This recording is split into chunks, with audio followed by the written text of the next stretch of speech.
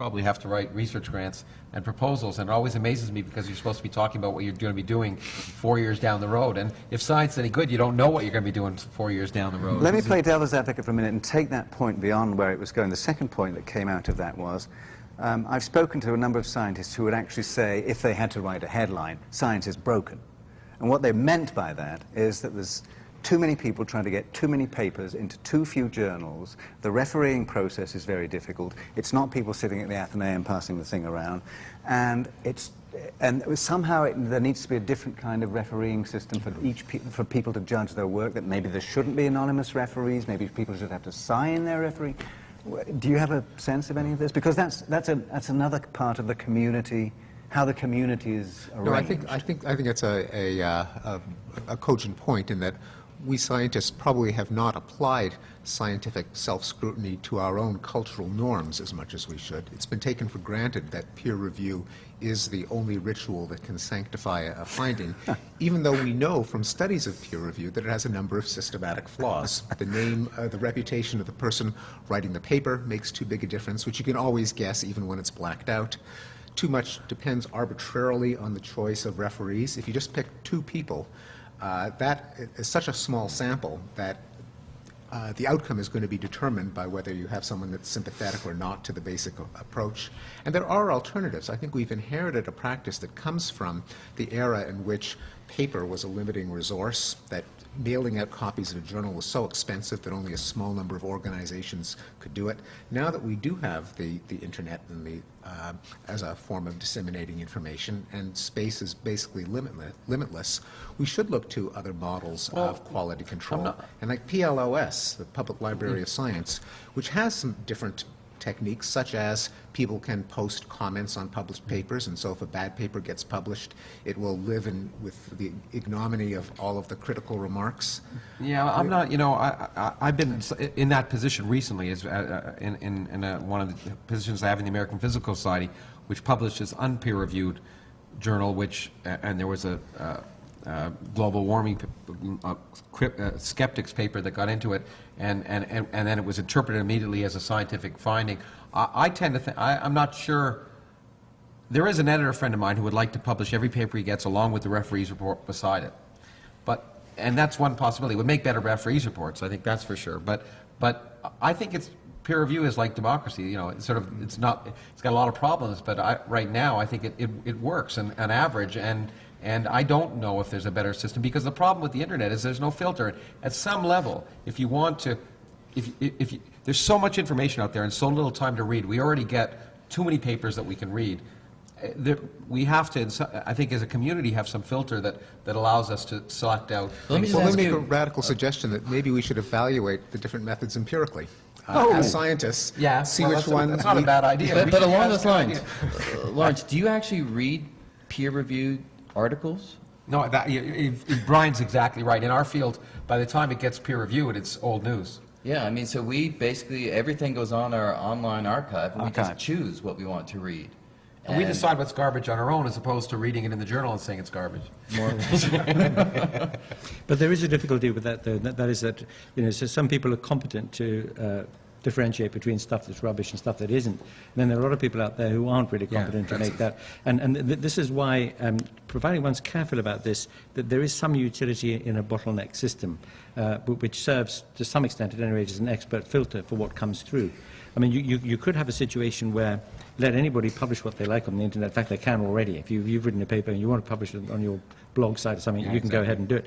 So there's no reason why absolutely anything that gets written shouldn't be out there. But what you do want is to have some sort of imprimatur. You want some sort of recognition that peers, that colleagues are prepared to take this seriously and discuss it and so on. And after all, peer review and publication in the traditional way is anyway only one step in the life of an idea or a paper. And there are going to be lots of other things that are tested too. When people try and replicate those results or something, they may well find out that in fact the stuff doesn't work, and that's going to be a check on it. So I think there is something to be said for obliging things if they're going to have a little bit of a stamp of acceptability on it from the profession, that there should be a bit of a bottleneck, providing that it doesn't result in a lot of good stuff and very innovative stuff just being excluded, as could well happen with something which is really genuinely original. Well, it's more archival in a sense. We don't, there's not every piece of paper in this room that we're going to keep for posterity. And we tend, I think, peer review in journals in some sense have now become archival. It's more a record of those things which seem to represent progress in the field as opposed to the things which really drive progress right now, which are probably before, at least in physics, before peer review. But there's an interesting point here, which one of the writers for Science, the magazine, John Cohen, made at a meeting the other day, which was, he was saying that the way most undergraduates, and maybe graduates as well, and postdocs, get their information is to go online to PubMed and put in their institution's subscription, download the PDF of the specific paper, and they're done. Well, half of the book of a journal like Nature or Science, the front half of the book is not papers, it's context. It's what is the science community doing and what's the world doing about science. It's got all the news stories in there, the context, the commentary and so on. And very few of them actually physically touch these things anymore. Now, is that a loss? I mean, context is... Well, if it's correct context, I mean, I think, although, you know, I'm not sure I agree, because at least most of us probably get a lot of our stuff electronically now anyway. And as far as Science and Nature is concerned, I tend to get their weekly news. I mean, I get on my email all the context and commentary that would have come in the front half. You'd be surprised if even if you talk about an ordinary newspaper, how many people you'll go to when they're reading the online version will suddenly, because they're staying at a hotel or something, get a newspaper and they'll say, I found such really interesting stories here that I'd never have seen before because it was online. Yeah, There's an amazing service that will actually download and print stories on hard copy and deliver it to you in your mailbox. It's called magazines. No, it's revolutionary. No, but you know what? We're all of a pretty well a similar generation, I think. And I'm wondering, it'll be an interesting empirical study. I'm wondering if my daughter's generation or her children's generation, when there's one, will in fact find it much more comfortable to read things online. For example, I bet all of us made this transition. When I first started to write scientific papers, at the beginning, it was very difficult for me to do things on computers.